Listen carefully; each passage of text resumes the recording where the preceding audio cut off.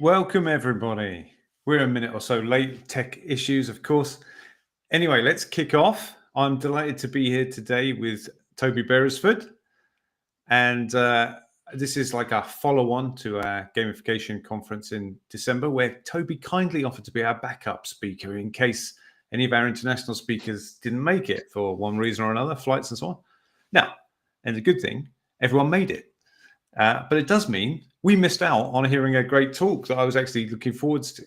So today is a special sort of follow-on offer to hear from Toby. Now, let's put Toby in perspective here. He is the author of the book Infinite Gamification, which is a great little book, very powerful. He's the founder and CEO of Rise.Global, which anyone who goes back in gamification knows used to run the Gamification Gurus leaderboard, amongst other things. He's currently Director of Digital Strategy at the Bible Society and Non-Executive Director at the Running World Cup. I met him through GamFed, the International Gamification Confederation, I think back in 2013, which Toby co-founded. And he's an all-round helpful chap. As are you, Pete. Thank you so much for putting this all on. It was great to be at the Gamification Europe concerts, and just it's always great to be in the room. And it was a great little room there at the RSA, where you had that sort of that sense of creativity and kind of passion across the industry, and people coming from all over Europe. And it's always great just to be to learn from others. And I think gamification is still relatively a new thing, and actually it's only really been around. The gamification was the word of the year, 2011. So we're still in the early days, I think, of this as a kind of a movement, and it's always exciting to see how different people interpret it in different places and how it develops. And I'm excited to share something, one sort of extra thought that will hopefully contribute to that kind of development of gamification today. That's brilliant. So what I'm going to do is step back and let Toby talk you through this, and then I'll jump back in at the end and keep an eye on the chat for any questions people have. Okay? Yeah, definitely. Yeah, that sounds good, Pete. And do feel free to kind of ask questions. And I'm always open to, this is a LinkedIn Live. I mean, you're not watching something that's been canned and you can't affect. It's not Hollywood or Netflix. You can actually butt in. So feel free to butt in, and we'll be watching the messages as they pop up. So please feel to do it through that medium. So this talk really is just about a kind of a very simple thought, really, but one which has quite deep ramifications for us as gamification designers. And the thought really is that the key role of a gamification designer is actually to bring games and culturally translate them so that they fit in the context where we think they'd be useful for. And I'm just going to go into a little bit of detail, but the key thing I just really want to kind of share is that actually, hello, Erkan. It's so lovely to hear from you as well. The key concept is just really to think of ourselves as cultural translators, and actually that opens up a whole kind of new way of a way of really improving the quality of our gamification programs. As Pete said, I have written a book, and it's been translated into Turkish and Korean and also Arabic, and it's the Infinite Gamification Framework. And just to really summarize that in a couple of tenets, the key things is really what the Infinite Gamification Framework does is it say, right, well, let's blend the organizational, those shared goals, and the individual goals, and try and create something that we might call a player goal. How do we when our players try and achieve those goals, they're actually achieving both the organizational goals and the individual goals. So for example, for a sales rep, that might mean their goal is to make more relationships with their customers, but also the organization goal is that the organization has more customers. And so the player goal together is something around number of phone calls, number of relationships built each week. And so then that actually achieves both. And the way in which we kind of want to think about that is really to start simple. So a lot of gamification programs, they do end up complicated, but actually the best ones start really simple, start really right down at that kind of that essential piece of what is it that we're trying to achieve here. And so Infinite Gamification Framework gives you a way of starting with a score and a league, and then allows you to evolve it. And I think that's really really helpful for us as gamification designers, is not to think oh, I've got to build it once and it's got to be right for all, and I've got to build it into software and all the rest of it. No, actually you can actually start simple. You can start to see how your players relate to the motivation and the prompts that you're giving them, and then you start to tweak it and edit it over time. And if you take something like I don't know, the world of soccer or football, as you depending on what country you're from, that the Premier League and the way in which it's set up, or the English Premier League or the Champions League or whatever league, these things have evolved over time, and there are different points and so on and so forth. And the book in this context is really great for I really kind of think it's probably the people for whom this is really hot for us, someone who's in a line management role. So you may have 10 customer service reps or 10 sales reps, or just 3 or just 4. It doesn't really matter, it's still relevant, but that you're trying to help motivate and trying to coach at the same time, and you're really responsible for that kind of tactical, at the kind of the coal face blending of the organizational goals and the individual goals, and you're trying to keep provide a report and a dashboard that helps people to kind of engage with the goals. Okay, so that's the Infinite Gamification Framework. Please do take a look at it, give me feedback on that. I'm very happy to receive it as ever. So coming back to this main point of today, really, the role of a gamification designer. Let's just have a quick look at what actually we do when we do gamification. So we are synthesizing those individual and organizational goals. We are bridging the gap between what we want to achieve as a team and what we want to achieve as individuals, as I've already discussed. We are the interrogators of the player in the context. We are asking, what drives the player? What are our personas? What are the motivations of the player? And also, what is the context in which the player is? Are they sort of surrounded by dashboards, in which case we need to be careful, or is this the first dashboard they're going to be given, in which case, again, we also need to be careful. So we're asking that question. We're in a very much a listening, requirements, understanding mode. We're then asked to design a game that is somehow going to synthesize, take these individual organizational goals, put them in front of the player. And this is where cultural translation is so crucial, is because the player has a culture. They have a culture already, and our job is not to kind of introduce yet another culture. So we shouldn't be saying, oh, here's another culture.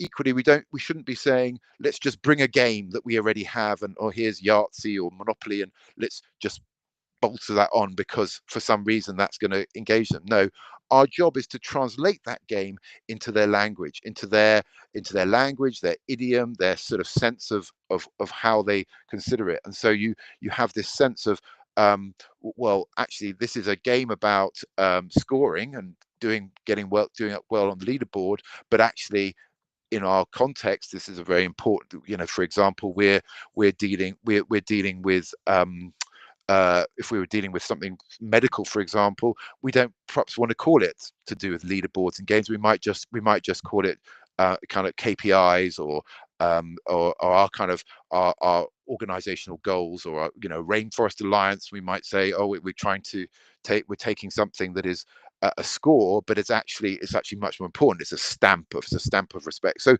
we're the cultural translators, okay, and that's really the key thought. And again, coming back to that iteration thing, we're never going to get it right first time. Cultural translation, as you can imagine, is a minefield. Of course it is, because it's a different culture. So we do need to iterate. We need to keep that listening. We need to keep listening to our players. Are they complaining about things? Are they not engaging with things? In which case, let's iterate. So having a framework which allows you to iterate is having a framework that allows you to iterate, then allows you to be successful, because I really do think that a gamification designer shouldn't be in the mode of I'm going to get it right first time, because it really is difficult. So put all of those together, and then you have the chance of higher engagement and program success. So benefits are faster understanding. People are going to get it because it's in their culture and language and idiom. Increased emotional connection, of course, because actually it's in my language, it's in my culture. and greater ownership, which is one of the things we always want to see in good gamification, is players who like, this is my program, this is the way we keep the score around here, this is how I succeed.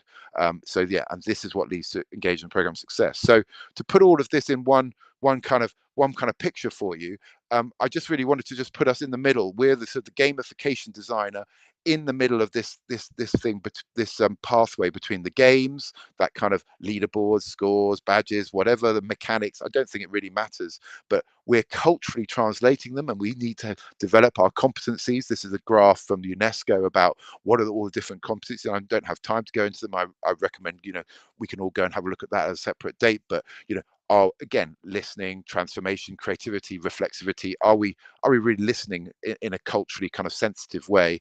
And then out at the end becomes the gamification, the sale. If this is an image of a rep sales leaderboard it's still a game, but it's actually formatted and narrated in a way that is culturally sensitive to this particular credit bank, for example. So do you see what I'm saying? So we have games on the left, which is kind of the raw scores, the raw systems, the raw mechanics. There's us in the middle, culturally translating it, thinking, how do I make this make sense to the context and the work context, or the user context, wherever it is that I'm working with. And then we have the gamification, the output of that. I'm also working, and I just want to kind of preview kind of some of my next work, because I think it's very relevant to this.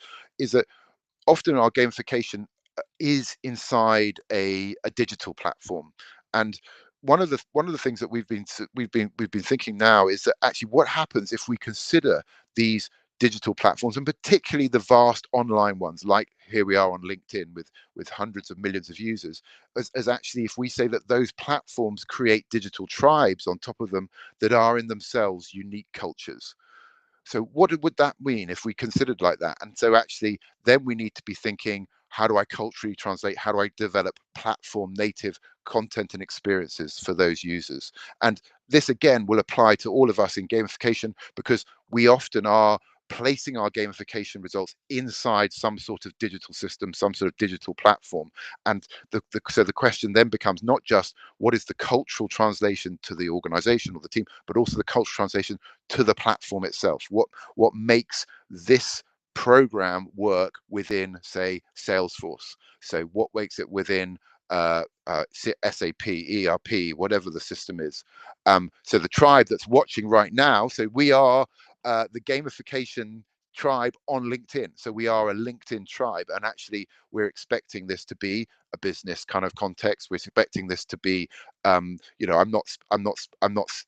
expecting this to have to be in our kind of culture and of LinkedIn, rather than, say, I don't know, a Facebook or a TikTok culture where I might be dancing through this research, which I don't think anybody really wants to see. But maybe if we do a TikTok one, I'll try and figure out how to do a dance version.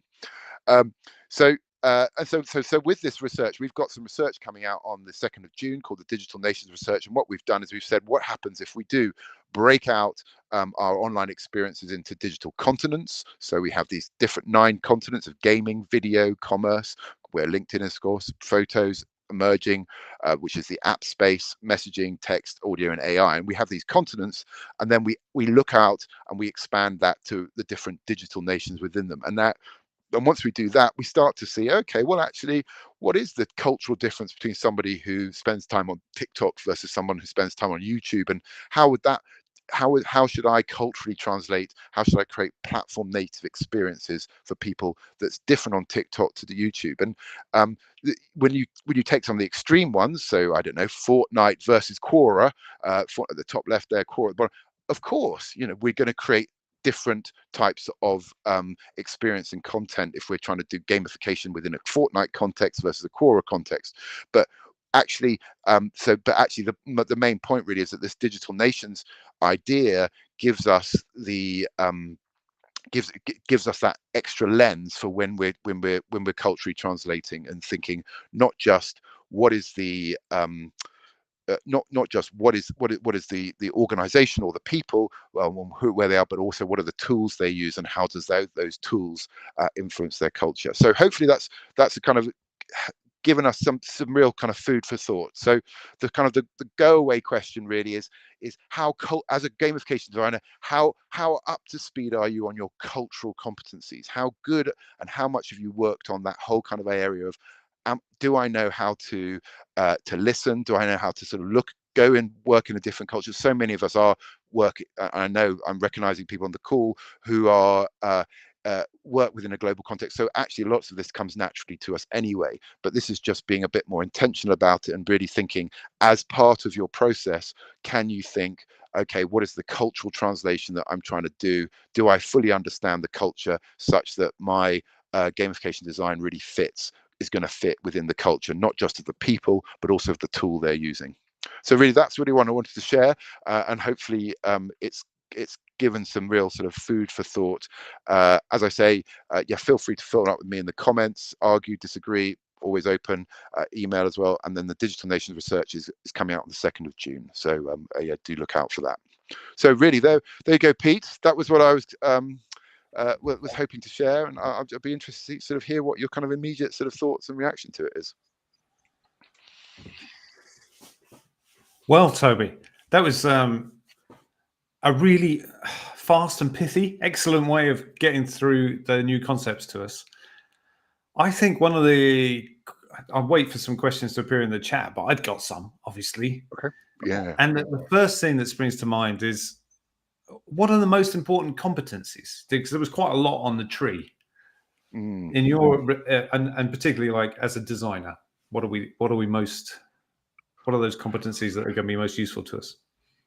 Yeah, that's a good question, isn't it? It's good to teach a question, isn't it? We need to get down and what are we going to figure out as cultural. So cultural competency is a thing, and I think so. I'm not sort of saying I am a cultural competence expert. I think if you think this is an interesting concept and would apply, I think the next stage would be to then go away and think, okay, well, what are the cultural competencies that are going to be most relevant to my work? That said, I mean, I think probably if I had to pick one cultural competency, it's immersion. Immersion is the number one cultural competency, and I think it's done. We just don't do it enough, because quite often, if you think about a kind of an engagement as a consultant, you come into the organization and you'll spend 2 hours in a bland meeting room, and you'll design a gamification program with the managers generally, and then out you come, and then the program then lands inside the team, and it's a bit of a lottery as whether you're going to hit the target or not. And so the thing that the mistake that I probably have done countless times is not to immerse myself in the team.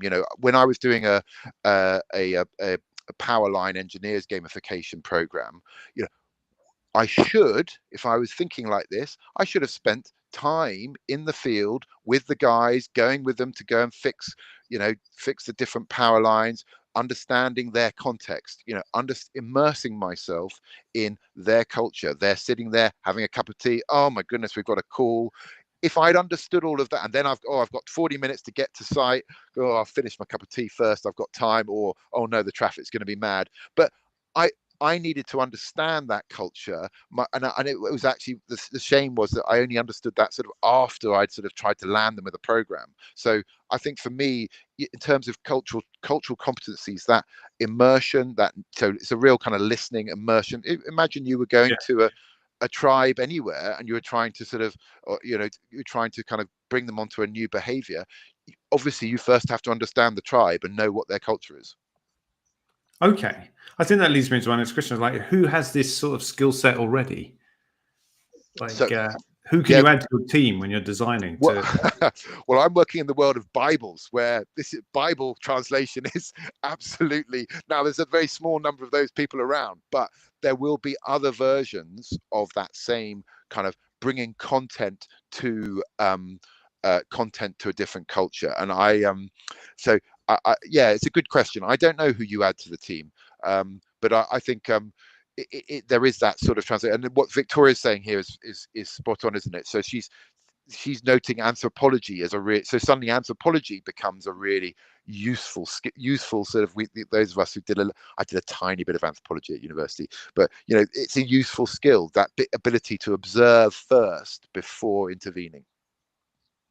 Yeah, I was thinking of anthropology when you were talking about this. I've got to admit that would be a useful skill set. Have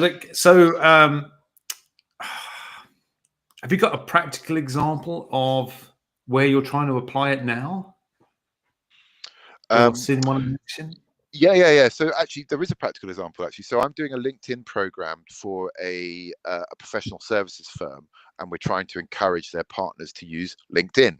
And one of the interesting, and again, actually, so funny, isn't it? Once you sort of start talking about it, then you think, oh gosh, I've just said I need to do immersion. I haven't spent, they're all based in the Caribbean, so I probably need to go out to the Caribbean, spend some time with, do you agree? And I'll talk to the client later, but we need to spend some time with those consultants, see them in their kind of live habitat. But one of the things that we're finding is that there's this for this program in particular, is there's this disjointedness between the different digital tools that we're communicating the program on. So the objective is for them to use LinkedIn more and to use it as an effective kind of promotion tool.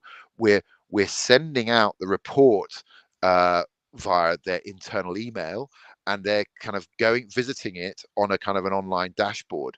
And there's a kind of bit of a disjointedness there. And so our next phase of the program, we're trying to say, well, okay, well, how do we bring those three pieces, the activity, the communication of the results and the scores, and the visualization of how they're doing, how do we bring that much more into a LinkedIn context, so it all becomes more like a LinkedIn program, and it will feel much more there'll be that sort of there'll be that resonance between the different elements of it, rather than as it is, which is just a bit disjointed. So it doesn't have that same impact, and that's what we're looking for, is greater impact, which will then drive greater engagement in the motivational program.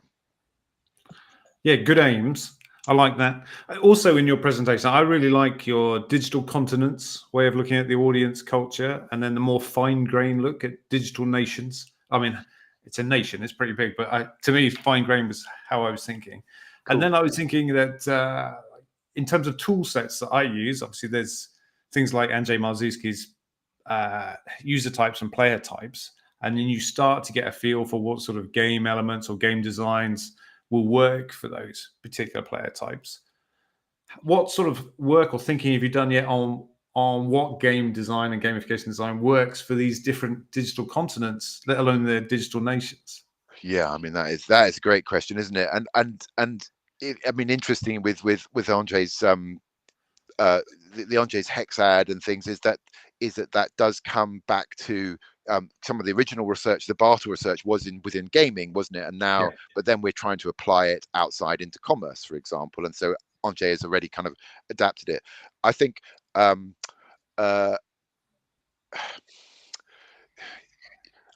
I think it's a good question. I think I think we're just at the beginning, actually. I think this is a kind of a bit of a new area. I remember when I was doing I think when I was doing Facebook apps in the old days, this is 2007, and building Sky News's Facebook app, we were stumbling on this issue of, do we make something look like Sky and News and kind of that nice red banners and feel, or do we make it look Facebooky with the sort of the blue and the lines and the pokes and the thumbs up?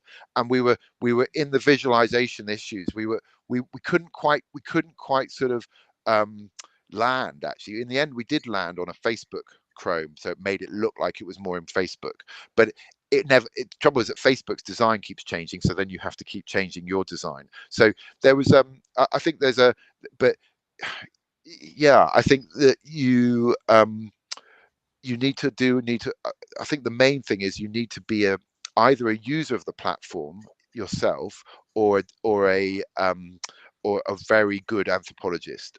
So that's the problem, isn't it? So like here we are today on LinkedIn, we're all LinkedIn users. so this is this piece of LinkedIn content and LinkedIn Live and all the rest of it feels quite sort of natural to appear within that LinkedIn space. I think the key sort of thing is to double down on what you know, and not to fall into the trap of, oh, there are other audiences over on TikTok, maybe I should be resharing this. Frankly, I don't think that's where we want to be. We want to be thinking much more, how do we make Gamification Europe conversations hot on LinkedIn, and how do we do more, be more LinkedIn-y in these conversations. So maybe it should be, well, Toby, it's fascinating that you're talking about this, but how are you going to use it for careers? Most of the people here on LinkedIn, they're worried about their jobs, or most people on LinkedIn, they're trying to do deals, or what. So actually, when even in our content and the way in which we're kind of structuring these conversations, perhaps we should be thinking, okay, this how do we make it more LinkedIn-y? Well, I feel bad now for not reminding you that it's also live on our Facebook channels and our YouTube channels. Yeah, well, that's it. That's it. But yeah, exactly. Yeah, exactly. But and I think, but so that's the interesting thing, isn't it? So if I was a Facebooker listening to this, I'd be like, why is he talking about LinkedIn? I'm here on Facebook. Oh, why is he doing it on YouTube? Okay, so but actually each of those channels has their own strengths and actual cultural differences, and so we would be wiser as content producers in this case to actually say, okay, well, we'll do something different on each, because actually each community is worthy and deserving of its own sort of platform native expression of this piece of content. I think that's a good point and valid, and I'm going to travel back in time and arrange that. Yeah, yeah, I know, but I mean, the other way of thinking about it would be to say, well, yeah, I mean, I know it's a different way of thinking, but I'll give you an example of somebody who, what we're talking about is success, right? What we want is for this to be really useful and successful, and and similarly with any gamification design, and my main point is that the closer you get your content and experience to the culture of your audience, the more successful, the more engaged, the more ownership you'll get. So by trying to be trying to be not culturally relevant, by being on different places, we lose the opportunity for greater impact. That's my point. I think you've just gotten on to like maybe the biggest, most useful thing about this cultural way of looking at this is, one of the things you're talking about is actually obviously a personalized journey is the most impactful to me. Now, it's very difficult to build a personalized journey for everyone. So actually focusing on a culturally appropriate journey perhaps gives us the most chance of getting that feeling of personalization and engagement and immersion that we can at scale. I think that's where you're coming in, is the scale side of it. Yeah, no, I love that. I love that idea. That phrasing is good, isn't it? Culturally immersed, cultural journey. I think that's good. That's exactly what we're talking about. Sweet. Well, on that note, I don't see any other questions in the chat. We've solved it. Yeah. Thank you so much, Toby, for giving us some of your time and your latest thinking on this. And actually, one of my final questions for you is, where should we look for the Digital Nations research when it comes out in June? So it'll be on it'll be on my LinkedIn channel. So I will post it on LinkedIn. So do just follow me on LinkedIn. That's the easiest thing. But if you're seeing this not on LinkedIn, then you may want to follow Bible Society on your preferred channel. So there is a Bible Society YouTube, and there is a Bible Society what's the other on Facebook, but or the biblesociety.org.uk/research. It'll be there on the 2nd of June. We just had one bonus question in about your infinite gamification. So let's bring it back to that, because obviously it's a book worth getting. So yeah, thanks, Lubna. How could infinite gamification be used in translation education? So this is the education of translators, or just in becoming a linguist. So the key is, again, the key is that the infinite gamification just gives you a framework to design a contextually sensitive appropriate program. So what you would do is you go through those sort of questions, which very straightforward, which that are on the canvas or in the book, which would say, you know, what is the who are the stakeholders here? What is the player context? How else are they being scored? And then what is going to motivate them in terms of either it's comparing themselves with themselves? Is that really is it about the individuals, or is there you really want a sense of community and our team versus another one? So what Infinite Gamification does is it doesn't have a sort of a one tick panacea, but what it does is it breaks down the right questions for you to ask as you go through the design of your program, and then it allows you to position the program in such a way that even if you get those questions wrong to begin with, you can change them. And that's the great thing about it. It's a very flexible framework. It doesn't tie you in with one of the problems with there are other frameworks out there, but other kind of ways of doing gamification often tie you into a reward structure, payments and points and loyalties, or they tie you into a certain way of doing things, which then as a gamification, once you realize you've got something wrong, you've got no way out. Whereas the Infinite Gamification framework is very light and flexible. So it means that if everybody kind of gets it wrong one week, that's fine. We're going to change it for the next week, and everybody starts again with the new rules. So that's really where I'd encourage you to use it. Well, that lends itself nicely to working with different cultures and cultural translation, doesn't it? Because the cultures themselves will change over time. So you need to be able to adapt. We're always, all of us, we're all changing, and the tools are changing, the culture's changing, so we need to be changing our gamification. I mean, it's absolutely, it all makes sense in that way of thinking.